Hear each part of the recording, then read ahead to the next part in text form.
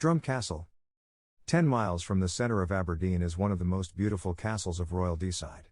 It is a living building, the story of which is packed with historical incident and personal drama.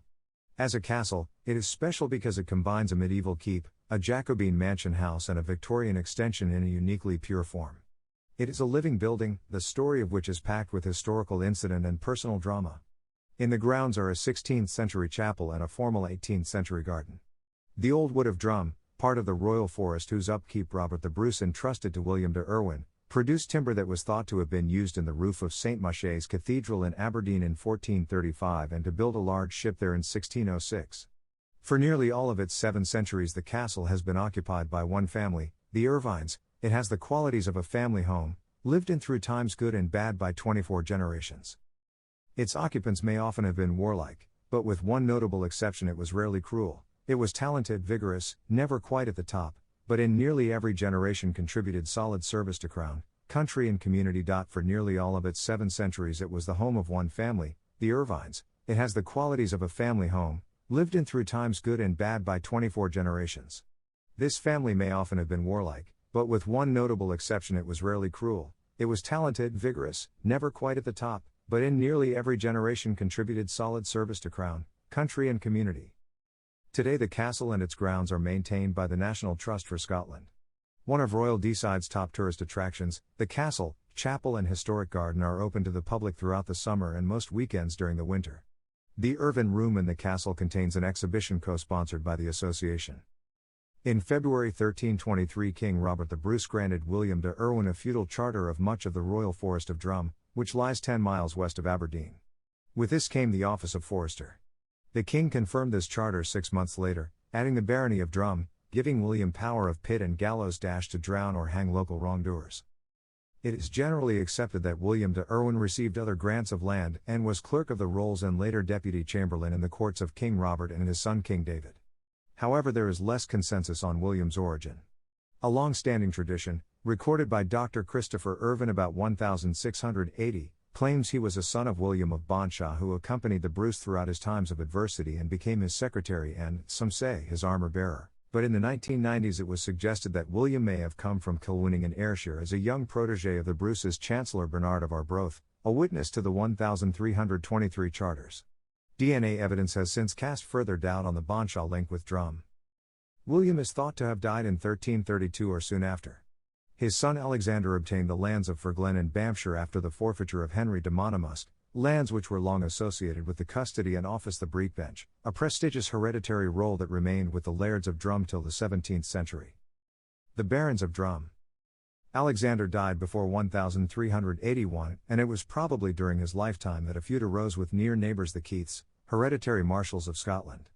Legend has it that the Irvines burned down Halforest Castle, stronghold of the Keiths, in revenge for their burning to death in the fields one of the Irvine children. There was also a pitched battle at Keith's Muir, near the Dee, in which many of the Keiths were drowned at a place called Keith's Pot. One was cut down while clinging to a stone which occasionally still appears above the water and is known as Keith's Stone. The third Laird, Alexander, was on record in 1382, 1387, 1389, when he received the lands of the Park of Drum, and 1404. He died in 1410, leaving 2 sons. The elder, also Alexander, supported the Earl of Mar, the Stuart general, and followed him to the French wars, where he was a commander in the successful but bloody capture of Liege in 1408. On the eve of the battle, Alexander was knighted and later given additional lands by March on succeeding to Drum. He became the 4th Laird, but to preserve the long-established numbering given by previous historians, who had believed Sir Alexander to be the 3rd Laird, it is necessary to designate him Iva and his younger brother Robert, who succeeded him, IVB. 3 years later, the good Sir Alexander was to serve his master for the last time. Donald MacDonald, Lord of the Isles, appeared on the mainland with a large army to challenge the royal authority. After raising Inverness, he headed towards Aberdeen to do the same. Mar was deputed to defend the city with a small local force. Prominent amongst his officers was Sir Alexander Irvine. It is said that midway between Drum and Harlaw, Irvine stopped at a place now called Drumstone and, foreseeing death in combat, made his final will. So, in 1411, the 2 Irvines came to the Battle of Harlaw, a mere 20 miles north of Drum, one of Scotland's bloodiest ever acts of civil war in a desperate battle between the rising power of the Western Islands and the stolid, more settled world of the East Coast. One of the islanders' senior chiefs was MacLean of Duarte, Red Hector of the battles, and at some point in the battle he met Sir Alexander Irvine. The two great warriors locked in single combat, neither would yield and in the end both died still fighting each other. Robert Irvine survived the battle, changed his name to Alexander and, as 4th Laird of Drum, married Elizabeth Keith, thus ending the feud of their forefathers. He is also believed to have exchanged swords with the son of Red Hector in token of peace between their families. This Alexander was also an important figure in the London negotiations to ransom the young King James I of Scotland, who had been held captive there by the English for 18 years. He was knighted by the grateful king after his eventual release and attended him at the Inverness Parliament. The fact that he was arrested there and briefly held by the king, along with many other barons, need not be regarded as too sinister. It was part of a general trawl for traitors. When the somewhat intolerant king was eventually murdered in Perth, it was Alexander who was chosen to be governor of Aberdeen during the period of crisis. In his later years he built St. Ninian's Chantry and St. Nicholas Church, Aberdeen, and in 1457 was buried there with his wife in Drumsile. Part of his carved tomb was subsequently moved to the chapel at Drum, but the couple's stone effigies and their memorial brass, a most unusual feature in Scotland at this date, can still be seen at St. Nicholas Church. The 4th Laird's son had died before him, so the new Alexander who succeeded as 5th Laird was his grandson, described in contemporary documents as stout and vicious. Despite being Sheriff of Aberdeen, he made furtive night attacks on one Walter Lindsay of Beaufort, for which crime he was deprived of his office and sent to prison. 17 years later he was in trouble again when he ambushed and killed 2 men at the Brig of Balgownie, for which he later paid compensation of 100 merks. On finding his chaplain St. Edward MacDowell in flagrante delicto with his wife, he did not murder him but had the man castrated in the Tower of Drum. For this he was not fined, and received a royal pardon from James II on July 19, 1487. The 6th Laird was more on the right side of the law and in 1527 was rewarded by King James V for helping to arrest rebels, thieves, reivers, sorcerers and murderers. But great sadness was to overwhelm his later years. His eldest son, Alexander, went south to fight the English invaders at Pinkie and was killed there, leaving 9 young children. It is recorded that he took with him to Pinkie a large cannon from Drum known as the Great Falcon. The next 2 Lairds seem to have led comparatively quiet lives, but in the 9th Laird the Irvines produced yet another notable character. This Alexander, known as Little Breeches because he followed the continental fashion of short trousers, was responsible for the building of the Jacobean mansion of Drum in 1619. He was Sheriff of Aberdeen and he and his wife, Marion Douglas, were noted local philanthropists. The Laird was rich enough to lend money to King James VI. He asked for a special dispensation to eat meat on Wednesdays and Fridays as well as other days, gave £10,000 for a scholarship at Aberdeen University, which survives today as the Drum Bursary, and a large number of other benefactions including 32 bowls of meal for the poor people of nearby Drumoak. His wife also founded a hospital for spinsters in Aberdeen. Alexander, the 10th Laird, was an ardent royalist supporter of Charles I when most around him were Covenanters, the Scottish equivalent of Roundheads. He, too, was Sheriff of Aberdeen and with him the family's prosperity and prestige reached its peak. As the Civil War spread, Alexander was away from Drum fighting when the castle was besieged. In the face of General Monro's heavy siege equipment, Lady Irvine decided to surrender quite rapidly and included a promise that her husband would give himself up. So Drum Castle received a hostile garrison, the first of 4 it was to endure during the Civil War. The Laird's 2 soldier sons were also active royalists. Young Alexander was later to become one of Drum's most colourful lairds. He fought for the Marquess of Huntly and was excommunicated by the Church of Scotland for popery, with a reward of 18,000 merks put on his head for his capture, dead or alive. He and his brother tried to escape by sea from Fraserburgh, but high winds drove them back to the Scottish coast and capture. Robert, the younger brother, died a miserable death in the depths of Edinburgh Castle, but Alexander survived there under sentence of death until he was set free after the Marquess of Montrose's victory at Kilsyth. His mother and wife were besieged and captured in Drum, this time by the Marquess of Argyll, who turned both women out of the castle with nothing but 2 grey plaids and a couple of work nags. This time Drum Castle was completely ransacked.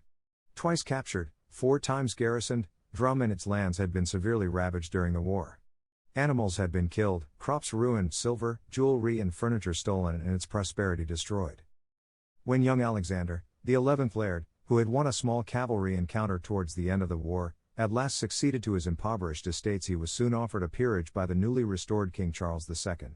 But he turned down the honour when the king refused to provide financial compensation for damage done to the Drum estate while supporting his cause. So, twice the Irvines had missed becoming great magnates of the crown. The 11th Laird's first wife had apparently been somewhat aristocratically aloof, but, after she died, he spotted a young shepherdess on his estates, some 47 years his junior. 16-year-old Mary Coutts was not one to sell her virtue short, so, despite general disapproval, the two were married, and the old Laird enjoyed 6 years of bliss before dying not long before his 70th birthday in 1687. This story is recorded in the traditional ballad The Laird of Drum. Alexander, his son by his first wife, was to be the 12th and last member of this line of Irvines. He died suddenly, leaving a pregnant wife, and an entail which gave Drum to his ruthless cousin, Irvine of Myrtle. The 13th Laird, Alexander Irvine, moved into Drum before his predecessor was even buried and confined the unfortunate widow to a small room. His son, Alexander, the 14th Laird, was a Jacobite and fought for the Old Pretender at Sheriffmuir. He was severely wounded in the head and died insane some years after the battle, leaving no heir. Now Drum passed to the late Laird's uncle, John Irvine, the 15th Laird, who had lived and worked for many years in Jamaica and South Carolina. He had returned to Scotland in about 1723. In 1736 William, Earl of Aberdeen and Patrick Duff of Premay bought the encumbered estate, which included lands from Cromer to just north of Dundee. They gave back to the family the ancestral seat and a small amount of land that surrounded it. The rest they parceled out between them. The Drum estate never again grew to its former size or importance. Clan Irwin and Jacobites. Alexander, 15th Laird's successor was Alexander Irvine of Cryman, the 16th Laird. Alexander, his son, was the 17th Laird, a Jacobite who fought for Bonnie Prince Charlie. He escaped after the Battle of Culloden, sheltered in a secret room at Drum, and was saved from capture by the Redcoats only by the presence of mind of his sister, Miss Mary Irvine, who misdirected them. The soldiers did, however, make off with more Irvine family wealth, having spotted where it was buried by the newly dug earth. After some years of exile in Paris, Alexander was allowed to return home and died after a tedious illness, universally loved. The head gardener of Drum had fought with him at Culloden and is reputed to have made a fortune out of selling horse nails and other booty after the battle. Of Alexander, the next and 18th Laird, little is remembered except that he lived for a very long time and was master of Drum for 83 years. His son was Hugh Irvine, the painter, whose Archangel Gabriel, allegedly a self-portrait, hangs in the library. The family name became Forbes Irvine in deference to his wife Jane Forbes, heiress of Forbes of Chivas, who died when Alexander was only 32. He never married again and lived a retired life at Drum, dying in his 91st year. Most of the 19th century lairds were distinguished lawyers, serving at the bar or as sheriffs in various parts of Scotland. At least one younger son was a major general and many others held senior posts in the army or Indian civil service. The 19th Laird, Alexander, inherited Chivas in right of his mother and assumed the name of Forbes before Irvine. On succeeding to Drum he effected an excambion, exchange, of land whereby Chivas passed to Lord Aberdeen, and Kennedy, a former Drum property, was restored to the estate. He was responsible for the creation of the elegant library in what had been the lower hall of the tower. He was succeeded by his eldest son, Alexander, the 20th Laird. Alexander trained as a lawyer, and played a prominent part in the administration of the county of Aberdeenshire. He married Anna Forbes Leslie, an amateur artist of some distinction. He was succeeded by his third son, Francis Hugh, the 21st Laird, who married Mary, only child of John Ramsay of Barra and Stralick. These two estates were to pass to a junior line of the Irvines of Drum. He was succeeded by his eldest son, Alexander, the 22nd Laird, who fought with the Grenadier Guards in the First World War and died in 1922. The 23rd Laird, a bachelor, died in 1940 whilst serving with the Gordon Highlanders, and his brother, Henry Quentin Irvine, fought with the King's African Rifles. Some 10 years before Quentin's death, this popular 24th Laird entered into an agreement with the National Trust for Scotland so that Drum and its 411 acres could be bequeathed to the trust and held for the benefit of the nation. See the caput of the barony of Drum. He was succeeded in 1975 as Baron of Drum and chief of the name Irvine of Drum by his younger brother, Lieutenant Colonel Charles Francis Irvine, 25th Baron, who lived in Cheshire. In 1992, the latter's son David Charles Irvine succeeded as 26th Baron. After a business life in the northwest of England, David returned to Deeside to live near Drum. This history is adapted from the current edition of Drum Castle, the guidebook of the National Trust for Scotland.